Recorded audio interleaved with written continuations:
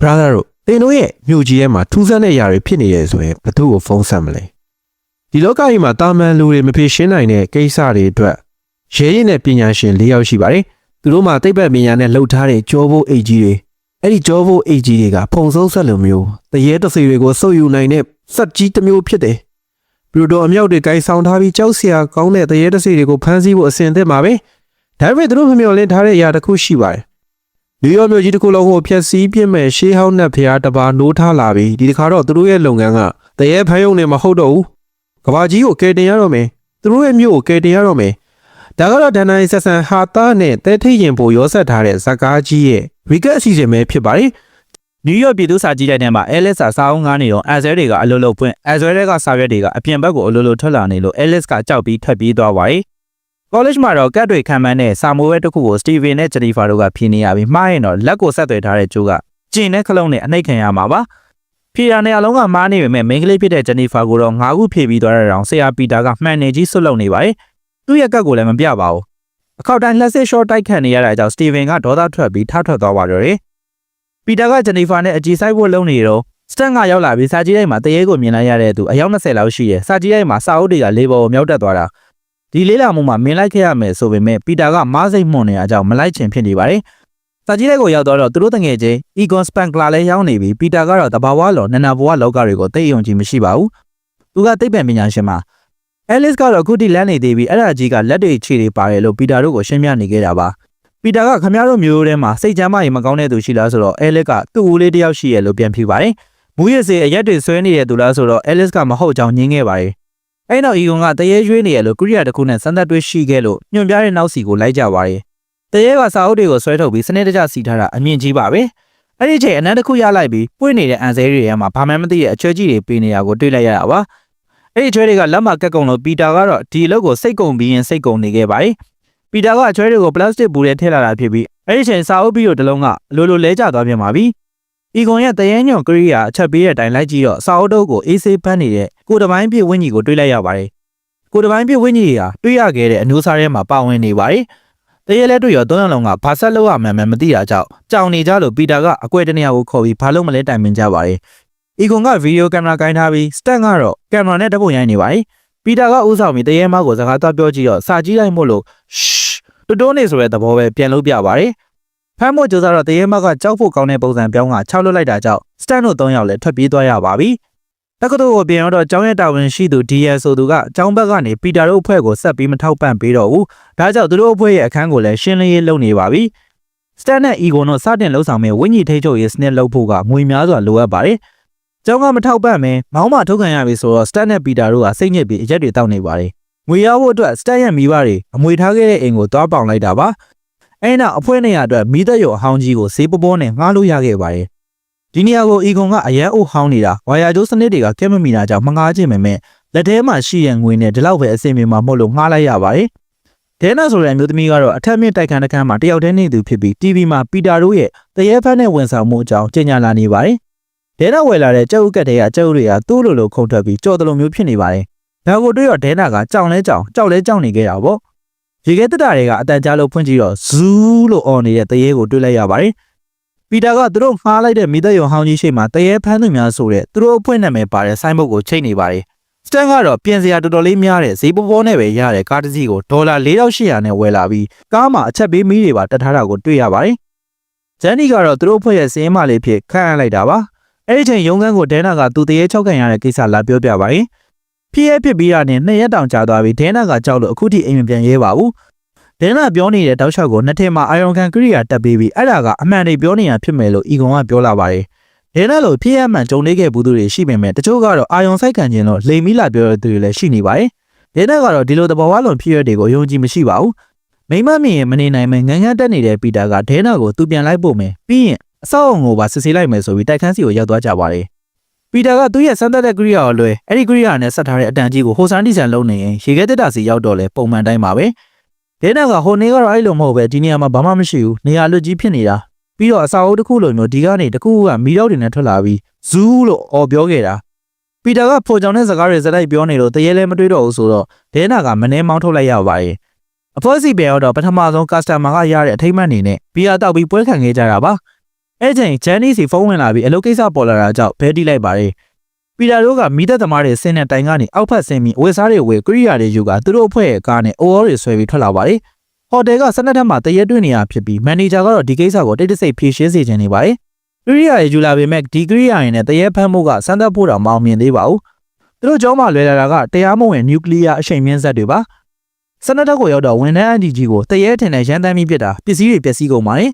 ်လူခွဲကတရေကိုရှာခဲ့ကြပြီးစတန်ကတော့ထမင်းချက်ဟင်းချက်နေစားနေတဲ့အစိမ်းရောင်စလိုင်းတရေကိုအရင်ဆုံးတွေ့သွားပါပြီ။ကြောက်နဲ့ပါဝါဇက်နဲ့ပစ်လိုက်တာစလိုင်းကောင်ထွက်ပြေးသွားပါတယ်။ထွက်ပြေးသွားတဲ့ကောင်ကပီတာနာကိုရောက်သွားပြီးအရေတွေနဲ့ထပ်ပစ်လိုက်ပါတယ်။ဤကောင်ကအဲ့ဒီကောင်ကခံမရဲဆင်းသွားပြီးတော့ဝေါ်ကီတိုကီကနေတဆင်အကြောင်းကြားလာလို့လိုက်သွားပြီးတိတ်ပဲမျက်မှန်နဲ့အနုစိတ်ကြည့်တော့မျက်နှာချက်ကမီးတိုင်းနားမှာစလိုင်းကောင်တော့တွေ့ပါတယ်။ပါဝါဇက်နဲ့ပစ်လိုက်တာမီးဆိုင်မှာပြုတ်ကြပြီးအောက်ကဇပွဲပါကျိုးသွားပါပြီ။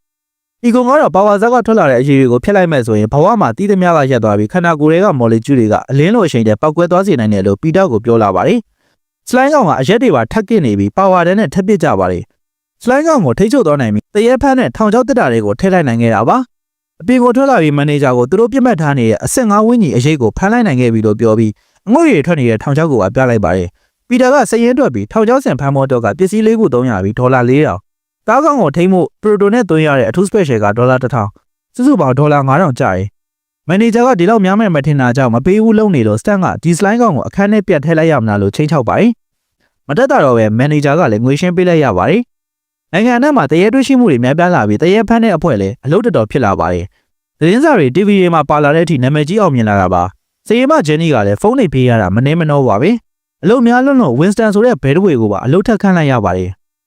ဒဲနာနဲ့ပီတာတွေတော့ဇူးဆိုတာက BC 6000လောက်ကကိုးဝယ်ခဲ့တဲ့နက်တစ်ပိုင်းလူတစ်ပိုင်းဆိုတာစာရွက်ကအချက်လက်တွေကိုပြပြလိုက်ပါတယ်။စတန်ကတော့ဝင်းစတန်ကိုတရေတွေဖမ်းသိမ်းတဲ့စကန်ကအနီအောင်ဆက်ကြီးချောင်းရှင်းပြနေပြီးထောက်ချောက်ထဲကတရေတစ်ခေါက်ကိုပါလက်တွေ့ထည့်ပြနေတာပါ။ထောက်ချောက်ကိုထည့်ပြီးအစိမ်းကနေအနီအောင်ပြောင်းသွားရင်တရေကတူလောင်ငန်းနဲ့ဝင်သွားပါပြီ။ပီတာကတော့တဘာဝလုံးစိတ်ပညာနဲ့စိတ်ပညာမှာ PhD ဒေါက်တာဝေးရထားတာဖြစ်ပြီးခရိုင်ပတ်ဝန်းကျင်ရုံးကဝေါ်တာကတရေဖမ်းတဲ့လုံးနဲ့ပတ်သက်ပြီးစစ်ဆေးသလိုဆက်စုသလိုတွေလာလုံးနေပါတယ်။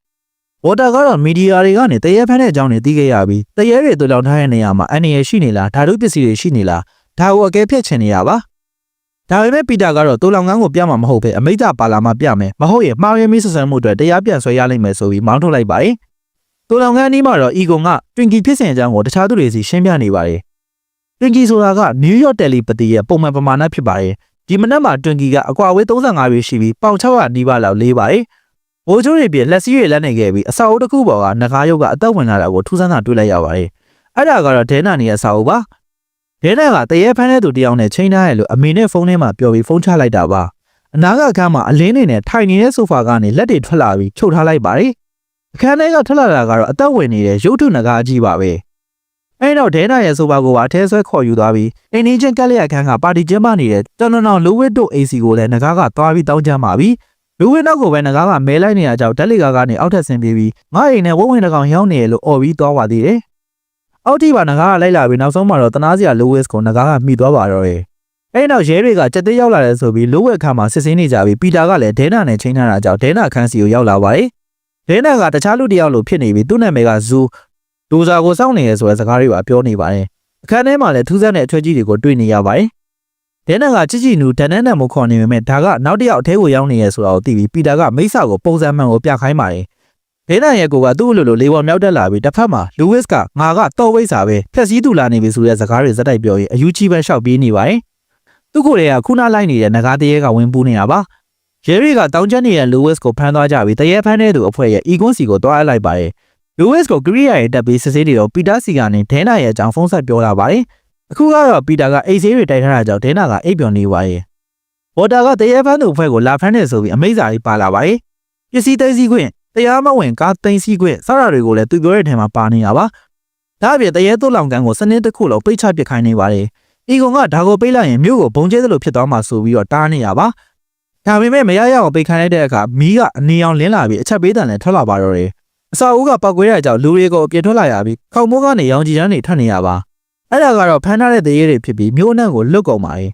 ။တရေမောင်းတဲ့ကားတွေကြောင့်တိုင်ဘက်ကုန်တာလည်းရှိတယ်လို့ရောင်းနေတဲ့မုတ်တွေလည်းတရေတွေကယူဆကြပါတယ်။ပီတာတို့ကတော့ချုပ်တဲ့ရောက်နေပြီးဖက်ဒရယ်တရားသူကြီးနဲ့တွေ့ရင်ဘယ်လိုပြောမလဲတိုင်ပင်နေကြတာပါ။ဒဲနာနေရဲ့အစာအုပ်မှာရိုးရဲဆက်ကတ်တွေဖြစ်နေပြီးဒဲနာရဲ့အခန်းကလည်းနေရန်နေပျက်စီးကဟောင်းလောင်းဖြစ်နေပါတယ် လူဝစ်ကဒဲနာခန်းစီရောက်လာပြီးသူကတော့ဝိတ်စာလို့ပြောတော့ဒဲနာကသူကဂိတ်ဆောက်သူလို့ပြန်ပြောလာပါတယ်လူတော်ဝင်ကတရေဖန်းတဲ့အဖွဲ့နဲ့ဝေါ်တာကိုပါခေါ်တွေ့ပြီးအချင်းများကြပါသေးတယ်အကြောင်းကတော့တရေတွေမျိုးထဲမှာပြက်နေတဲ့ကိစ္စပါပဲပီတာတို့ကသူတို့ဒီတရေတွေကိုရှင်းနိုင်တယ်မဟုတ်ရင်ထောင်ထဲကိုသွားမယ်ပြီးတော့တရေတွေကိုမရှင်းခဲ့ရင်ကဘာပြက်လောက်တဲ့အထိဖြစ်နိုင်ကြောင်းသူတို့လေးလာထားတာတွေကိုပြတ်လိုက်ပါတယ်အဲ့တော့မှမျိုးတော်ဝင်လန်နီကပီတာတို့ဘက်ကိုပါသွားပြီးဝေါ်တာကိုအခန်းထဲကနေခေါ်ထုတ်သွားခိုင်းပါတယ်စစ်သားများပြရဲတွေကိုပါခေါ်ပြီးတရေဖန်းအဖွဲ့ကဦးဆောင်ကအနက်ရောင်ငွေတွေထွက်နေတဲ့ဒဲနာရဲ့အဆောက်အဦကိုတရေရှင်းဖို့ထွက်လာကြပါတယ်လူတွေအများကြီးကအဆောက်အဦရှိမှရှိနေပြီးတရေဖန်းတဲ့အဖွဲ့ကိုတော်တော်များများကထောက်ခံနေကြတာပါအဆောက်အဦကနေရာတချို့ပျက်စီးပက်ကျလာတယ်လို့မြေလဲပြိုလာပါတယ်အဲ့တော့မြေပြိုကျသွားတဲ့ကျင်းတွေကနေပီတာတို့ကပြန်ထွက်လာပြီးလှက်စစ်မီပြတ်နေရကြောင်းအဆောက်အဦမြင့်ကြီးကိုရိုးရိုးလေကားကနေတက်နေရပါတယ်